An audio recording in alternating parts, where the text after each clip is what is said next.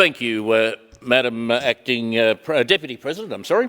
With running the risk of getting into a demarcation dispute with Mr. Quilty, I will be brief.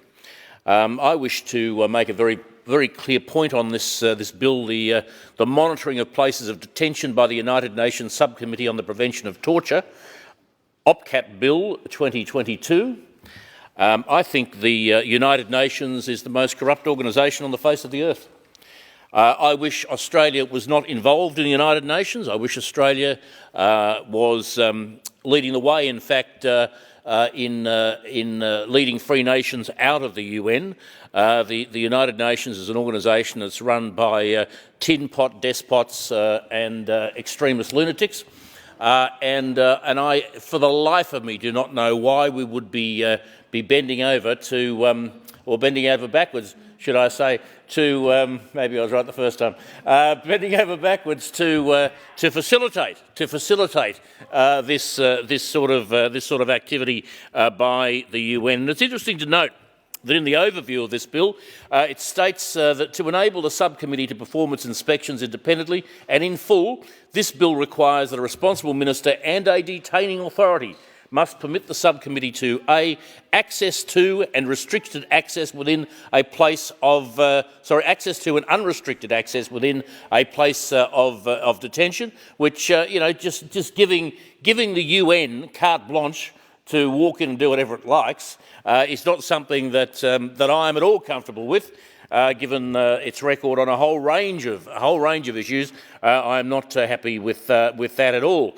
It also says that we need to give access to all relevant information, including personal and health information. Now, I ask you: is anybody, after what's happened in this state over the last 2.5 or 3 years, is anybody going to trust this government with anybody's health records or indeed personal or health information? Is anybody going to trust the government, the Andrews government, to do that? I certainly wouldn't. And I certainly wouldn't trust the UN if indeed they got that sort of information. In fact, I would regard this legislation as a startling condemnation of the Andrews government.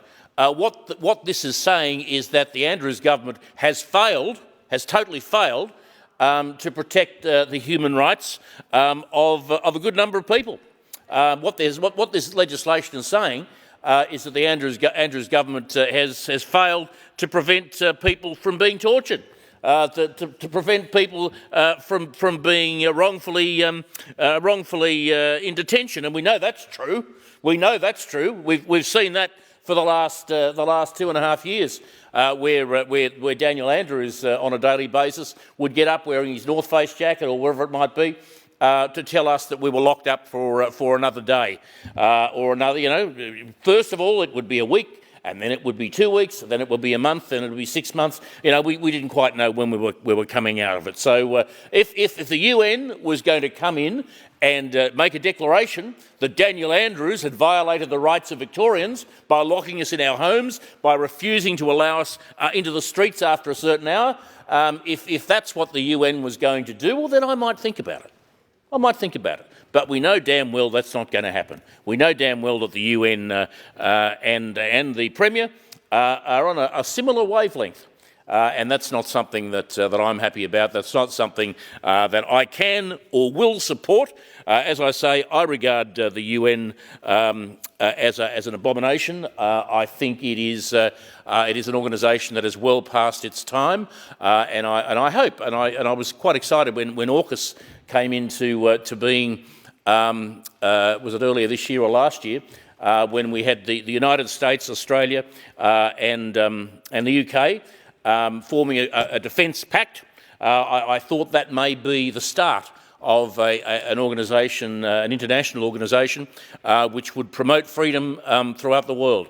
I still hope that might be the case, because the UN certainly won't do that. The UN doesn't do that, and I wouldn't want the UN, wouldn't trust the UN to do anything to do anything in Australia. I certainly do not want them roaming the streets telling us what we should and shouldn't do. If we can't do that ourselves, if this government is not capable of doing that, they should get the hell out of the place.